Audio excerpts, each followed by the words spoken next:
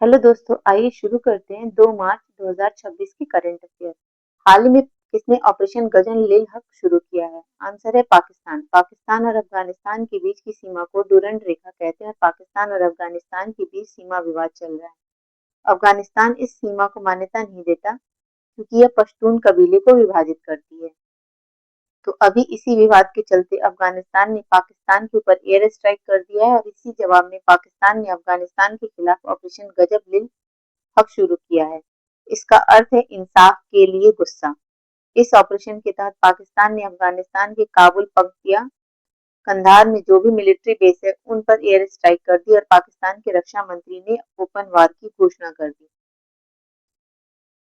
Snow leopard police battalion किसने तैनात की है? आंसर है जम्मू कश्मीर। ये स्नो लेपर्ड जम्मू कश्मीर की एक एलिट कमांडो यूनिट है जिसे विशेष रूप से ऊंचे बर्फीले इलाकों और घने जंगलों में आतंकवादियों का सफाया करने के लिए बनाया गया है।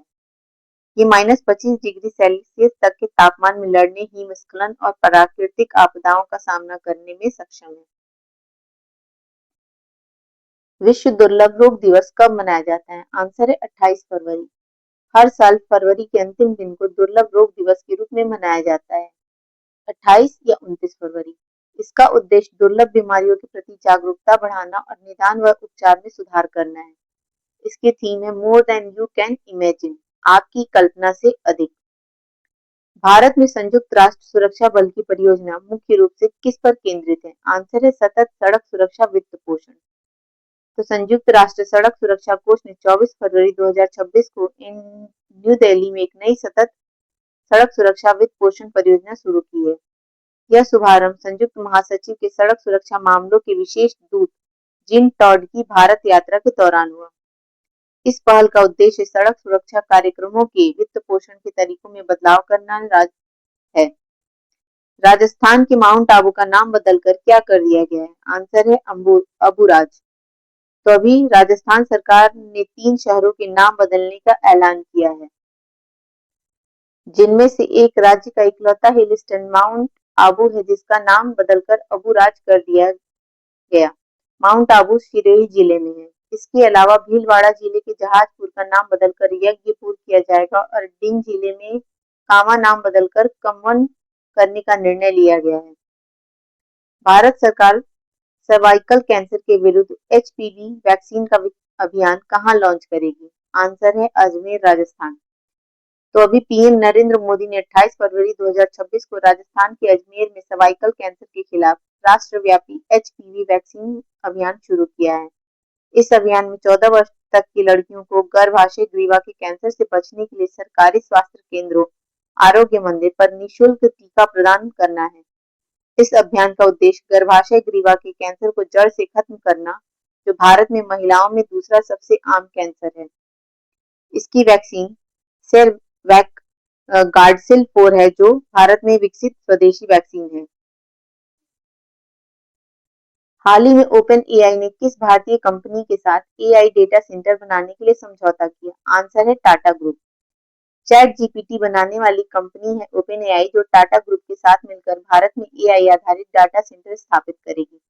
इसका सबसे बड़ा फायदा यह होगा कि हमारा डेटा भारत में ही सुरक्षित रहेगा और सुरक्षा के लिहाज से यह बेहद मजबूत होगा। यह काम 100 मेगावाट से शुरू होगा, जिसे भविष्य में 1 गीगावाट यानी 1000 मेगावाट तक बढ़ाया जाएगा। इससे एआई मॉडल्स भारत में बहुत तेज और सुरक्षित तरीके से चलेंगे, जो सरकारी और जरूरी कामों के लिए बहुत फायदेमंद है। हाल ही में Bharat regional rapid transit system के तहत कहां नमो भारत ट्रेन का उद्घाटन किया गया? आंसर है मेरठ।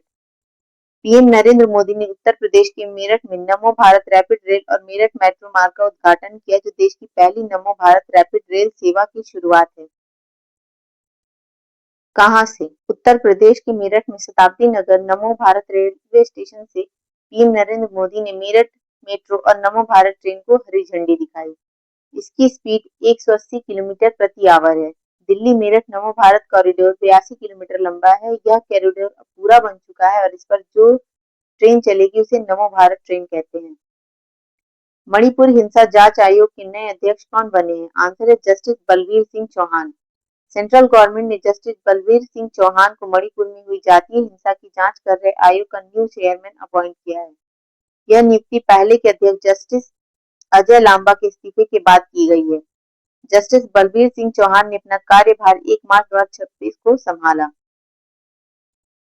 टीके ओमन का हाल ही में निधन हो गया है। ये किस क्षेत्र से संबंधित थे? आंसर है समाजशास्त्र।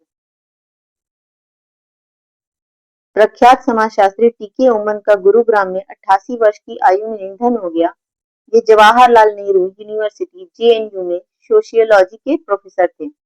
उन्हें आधुनिक इंडियन सोशियोलॉजी का प्रमुख आर्किटेक्ट माना जाता है। ये इंटरनेशनल सोशियोलॉजिकल एसोसिएशन (आईएसए) के 12वें अध्यक्ष रहे। उनका कार्यकाल 1990 से 1994 तक रहा, जिसे इंडियन सोशियोलॉजी को इंटरनेशनल लेवल पर यह पहचान मिली। सिक्किम सरकार ने पाक्योंग हवाई अड्डा का नाम बदलकर किस स्वतंत्रता सेनानी के नाम पर रखने की घोषणा की है? आंसर है त्रिलोचन पोखरल। संयुक्त राष्ट्र द्वारा शून्य भेदभाव दिवस कब मनाया जाता है? आंसर है 1 मार्च। इसका उद्देश्य सभी व्यक्तियों को बिना किसी भेदभाव के सम्मान और समानता का अधिकार देना। Joint United Nations programme on HIV and AIDS ने 2014 में इस दिवस की शुरुआत की थी। इसकी थीम है पीपुल फर्स्ट। 1 मार्च को वर्ल्ड सेग्रास डे 2025 भी मनाया गया। United nation general assembly UNGA ने 22 मई 2022 को इसे ऑफिशियली घोषित किया। श्रीलंका ने इसके लिए रिजोल्यूशन पेश किया था। सी ग्रास मरीन ऑर्गेनिज्म को फूड और शेल्टर देती है। हाल ही में लॉन्च किया गया जीरो प्राइज किस क्षेत्र से संबंधित है? आंसर है पर्यावरण। भारत ने पहली बार जीरो प्राइज नाम से एक result based environment award launch किया है। इसका उद्देश्य एयर, वाटर और लैंड पॉल्यूशन में वास्तविक वैज्ञानिक रूप से प्रमाणित कमी लाने वाले इनिशिएटिव्स को पुरस्कृत करना है। यह पहल school of policy and governance द्वारा संचालित की जा रही है। इसके लिए 5 करोड़ का फंड रखा गया है। इसमें 3 categories reduction air, water and land pollution में बांटा गया है, जिसमें हर कैटेगरी के विजेता को 1 करोड़ रुपए मिलेंगे। आइए फरवरी 2026 के कुछ इंपॉर्टेंट डेज को हम फिर से रिवीजन करते हैं। 1 फरवरी भारतीय तटरक्षक बल दिवस, 2 फरवरी को विश्व आर्द्रभूमि दिवस, 4 फरवरी को वर्ल्ड कैंसर डे, 6 फरवरी को महिला जननांग विकृति के खिलाफ अंतर्राष्ट्रीय शून्य सहनशीलता दिवस, 10 फरवरी को विश्व दलहन दिवस और सेफर इंटरनेट डे जो हर फरवरी के सेकेंड ट्यूसडे को मनाया जाता है। 11 फरवरी विज्ञान में महिलाओं और लड़कियों का अंतर्राष्ट्रीय दिवस और यूनानी दिवस, 13 फरवरी को राष्ट्रीय महिला दिवस और वर्ल्ड रेडियो डे, 15 फरवरी को अंतर्राष्ट्रीय बाल कैंसर दिवस, 17 फरवरी को वैश्विक पर्यटन लचीलापन दिवस, 20 फरवरी को विश्व सामाजिक न्याय दिवस, अरुणाचल प्रदेश और मिजोरम स्थापना दिवस और TRAI स्थापना दिवस, 21 फरवरी को अंतर्राष्ट्रीय मातृभाषा दिवस और CRPF स्थापना दिवस, 23 फरवरी को विश्व शांति और सहभागिता दिवस, 24 फरवरी को केंद्रीय उत्पाद शुल्क दिवस, 27 फरवरी को विश्व NGO दिवस, 28 फरवरी को राष्ट्रीय विज्ञान दिवस और विश्व दुर्लभ रोग दिवस। प्लीज मेरे चैनल को लाइक करें, शेयर करें और सब्सक्राइब करें। Thank you. जय हिंद।